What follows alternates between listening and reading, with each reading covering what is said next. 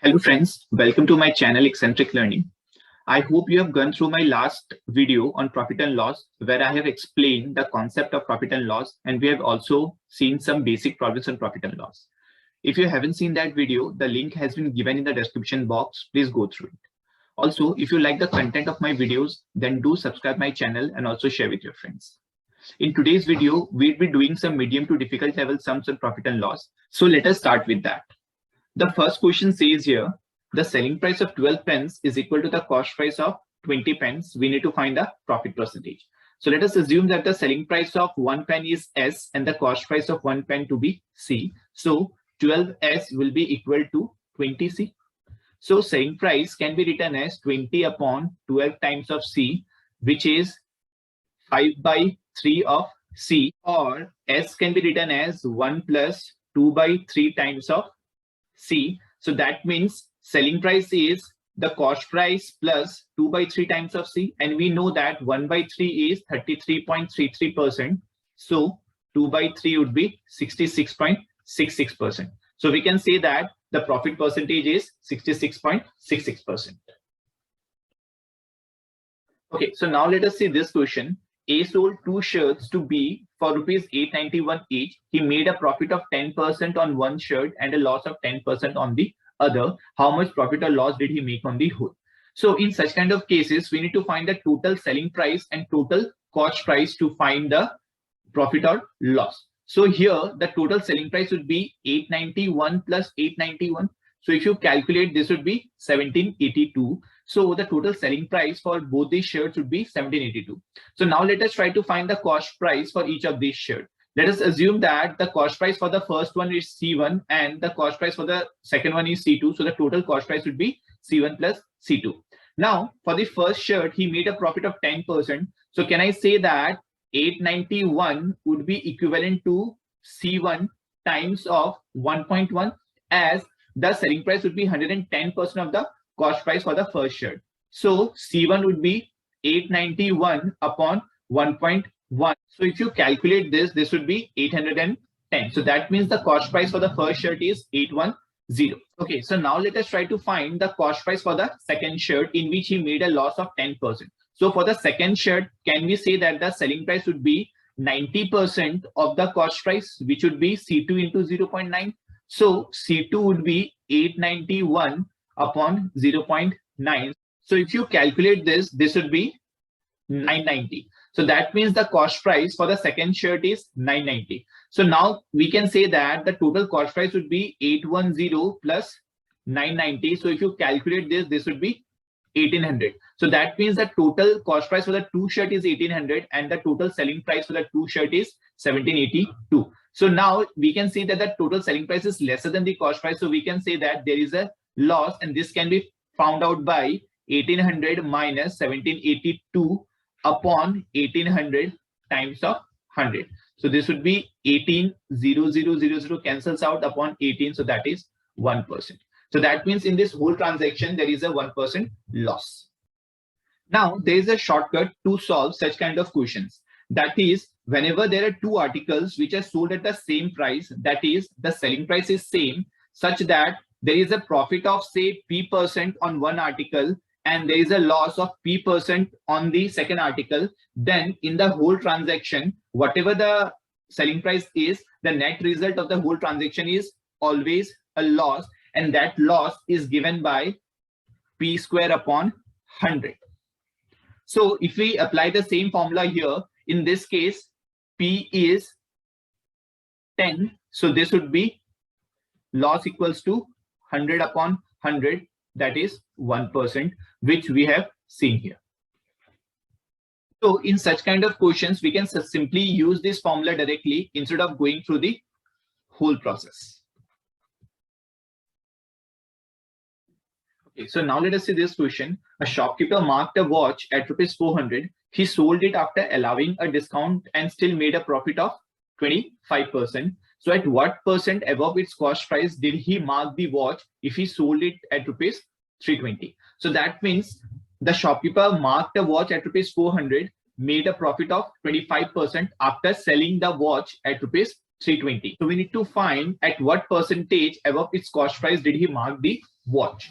So let us first try to calculate what is the cost price, because we have the mark price, and if we are able to calculate the cost price, then we can find out the markup percentage, that is the percentage above the cost price at which the watch is marked. So here the profit is 25% and the selling price is 320. So can we say that 320 selling price would be 125% or 1.25 of the cost price? So this C would be 320 upon 1.25, which I'm writing it as 125 upon 100. So this 100 will go up. So this is 4, this is 5. So this would be 5, 6, and this 4. So cost price would be 256. So the cost price of the watch is 256 and the mark price is 400. So now we can calculate the markup percentage, that is the percentage above the cost price at which the watch is marked. So this would be simply 400 minus 256 upon 256 times of 100. So this would be 144 upon 256 times of 100. So if you calculate this, this will be coming as 56.25%. So that means the markup percentage is 56.25%.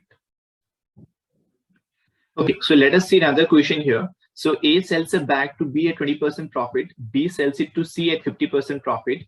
So if C pays rupees 3,600 for it, then what is the price at which A bought the bag? Okay, so let us assume that the price at which A bought the bag is C. So the selling price of A, can we say this would be 120% of the cost price? So that is 1.2 times of C. So this 1.2 times of C is the selling price for A, or this is the cost price for B. Now B sells it to C at 50% profit. So let us assume that the selling price of B is SB. So this would be 1.5 times the cost price of B, which is the selling price for A. So 1.5 SA. So 1.5 and SA can be written as 1.2 times of C. Now the selling price of B is nothing but the cost price for C, which is 3,600. So now we can find C. So this would be 3,600 upon 1.5 times of 1.2. So this can be simplified as 3,600 times of 10 and 10, and this can be written as 15 times of 12. So now if you calculate, this would be 300 and this would be 20. So C would be 20 times of 10 times of 10, that is 2,000. So the cost price at which A bought the bag is rupees 2,000. So every time we don't have to write this equation, what we can do is A selling the bag to be a 20% profit. So this would be 1.2 times the cost price of A. Now, again, this price has been sold at 50% profit. So this would be 1.5 times, and this is the final price which C is paying, which would be 3,600. So we can calculate this directly and we can find the value of C, which would be 2,000. Okay, so now let us say this question. Amar sold a watch at a loss of 6%. Had he sold it for rupees 42 more, he would have made a profit of 8%. Find the cost price of the watch. So let us assume that the cost price of the watch is C and the selling price is S. So initially Amar is selling the watch at a loss of 6%. So the selling price would be 94% of the cost price. So that is 0.94 times of C. So this is the initial relationship between the selling price and the cost price.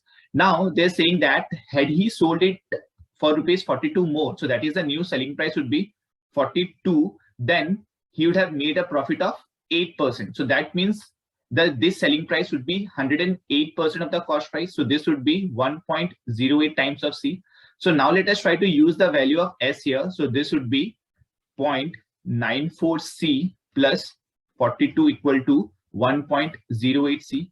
So if you calculate this, so this would be 1.08 C minus 0.94 C equals to 42. So this would be 0.14 C equals to 42. So if you calculate, this would be C equals to 42 upon 14 times of 100 here. So this would be 3. So cost price would be 300. So this is one way of finding the cost price simply by solving this two equation. Let us see one more approach of finding the cost price here. The loss of 6% had turned into a gain of 8% when the watch is being sold at 42 rupees more. So can we say that minus 6 to 8%? So that means the gap is 14%. So this 14% gain has been made when the watch is sold at 42 rupees more. So can I say that this gain is on the cost price? So 14% of the cost price is 42. So cost price would be what? 42 upon 14%, which would be 42 upon 14 times of 100. So this would be 3. So this would be 3 into 100. So that would be 300. So simply by using this logic, we can directly find the cost price instead of going through this equations. So you can see that whenever we go by the logic, we don't have to do much calculation and we can reach to the answers very easily. Okay, so now let us see this question. So there's a shopkeeper who marks an article at rupees 2160. He then gives 3 successive discounts of X%, Y%, and Z% respectively, such that the sum of these 3 discount is 50%. Then the question is, what is the maximum profit that the shopkeeper can earn given the cost price of the article is rupees 1000? So the shopkeeper needs to earn the maximum profit. So that means we need to choose X, Y, and Z in such a way that the overall discount is minimum. This will only be possible when these 3 discounts are same. So that means X is equal to Y is equal to Z is equals to 50 by 3%, which is nothing but 16.66%. So that means all these 3 discounts that has been given successively are 16.66% each. Now, when the mark price is given to be 2160 and we know the 3 successive discount to be 16.66% each, we can find the selling price. Now, if you remember the percentage chapter, 16.66% in terms of fraction would be 1/6. So we are giving 1/6 part as discount. So we'll be left with only 5/6 part. So 2160 times of 5/6 will be left after one such discount. In a similar way, when we give the same 1/6 part of the discount, we'll be left with 5/6. In a similar way, for the third successive discount, we'll be left with 5/6. So the total selling price would be 2160 times of 5/6, 5/6, and 5/6. So if you calculate, this would be 1250. So that means the total selling price after these 3 successive discount would be 1250. Now the given cost price is 1000. So the profit percentage would be 1250 minus 1000 upon cost price, which is 1000 times of 100. So if you calculate this, this would be 250 upon 10, that is 25%. So the overall profit is 25%. So these are some questions of profit and loss which I have shown it to you. There are many more questions which you need to practice, because the more you practice, the more you learn. So I hope you have understood the concept of profit and loss, mark price, discount, and so on. But still, if you have any confusion, I'll request you to watch the video again. And still, if you have any doubts or questions, please put it in the comment box. I'll try to answer each one of your queries. So if you like the content of my video, then do subscribe my channel and also share with your friends. I'll see you all in my next video. Till then, keep learning, keep sharing, and keep growing. Thank you.